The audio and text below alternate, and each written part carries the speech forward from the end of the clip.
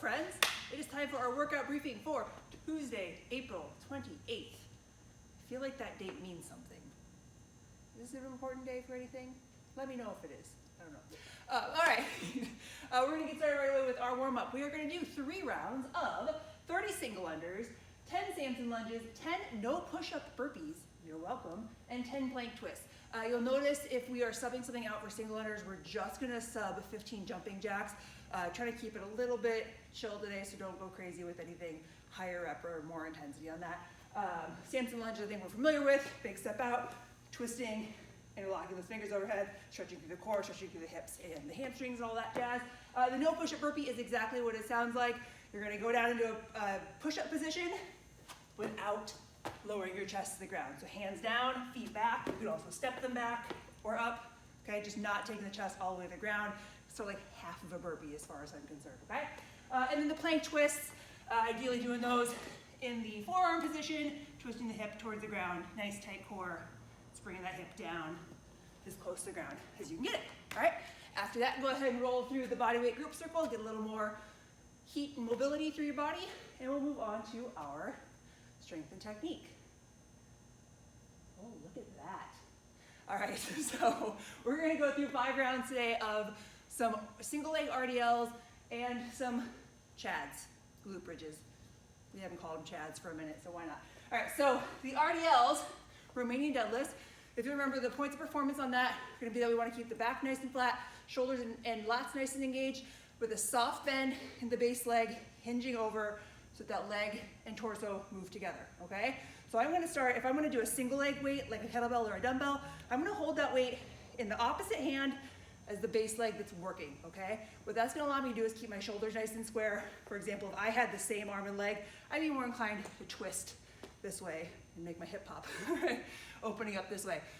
You've heard me say before, headlights straight forward, headlights are your hips. This is gonna allow you to keep everything nice and engaged and in line as we hinge forward. So, soft bend in my working leg, putting the other leg back. If you wanna bend it a little bit, I just do that out of habit. We're gonna hinge over, lower that weight down to wherever your mobility allows you to go. Everything's in a nice straight line, and then right it straight back up. Gripping the floor with that base leg, hinging, working through that glute and hamstring, okay? 4 per side. You can do kettlebell, dumbbell, even something like a barbell or a PVC, which would be a 2-handed implement. Everything else stays the same, keeping that weight nice and close, hinging and recovering, hinging and recovering, all right? 4 per side on that. Then we're gonna go into 10 weighted chads or 4 single leg glute bridges or chads, okay? If you're gonna do the weighted version with a double leg, very traditional, weight sort of at the pelvis area here, so add a little bit of weight to the hips, squeezing the hips up to the sky, lower back down. I like to pause for about a count at the top, really make sure we're engaged here, getting the hips as high as we can, and recover back down. If you're gonna do a single leg version, scoot this way a little bit. You're gonna stick one leg up in the air. I'm still keeping this heel pretty close to my butt. Hands at the side, squeeze it up, back down. Keeping that leg up as I lift my hips, okay? I don't wanna see this, all right? Keep that leg extended and in line with the other leg, up and down, 4 per side, okay? If you feel really confident about those, want to make it more challenging, they can also be done weighted, kettlebell, dumbbell, barbell across the hip, lift and recover, lift and recover, okay?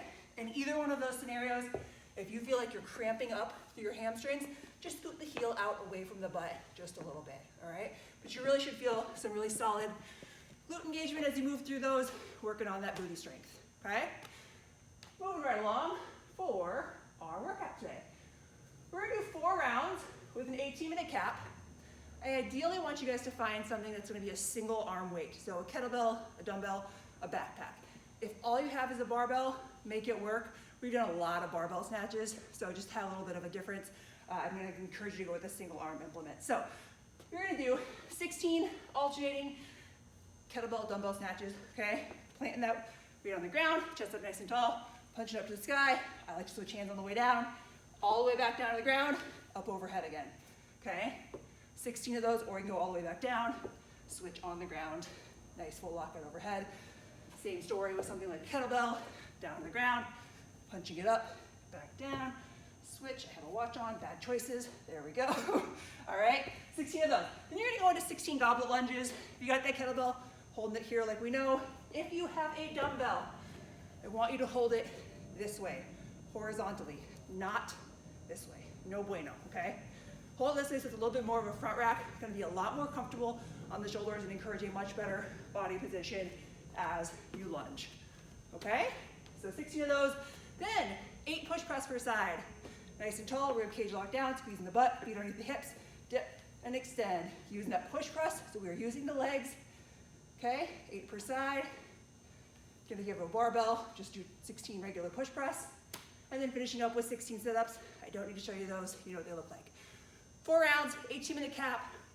Finish it out, unless you have to be somewhere, okay? The cap is just there to kind of give you some guidelines. Finishing up today with our core finisher. The plank toe taps are our recurring movement for the week. Just a reminder on those. Palms or elbows, nice low hips. 1, 2 little taps for up to 40, okay? And the plank pull throughs, you're gonna grab one of your weighted implements. It's gonna start on the outside of your hands, okay? On those palms, reach under, place on the other side, hand back down.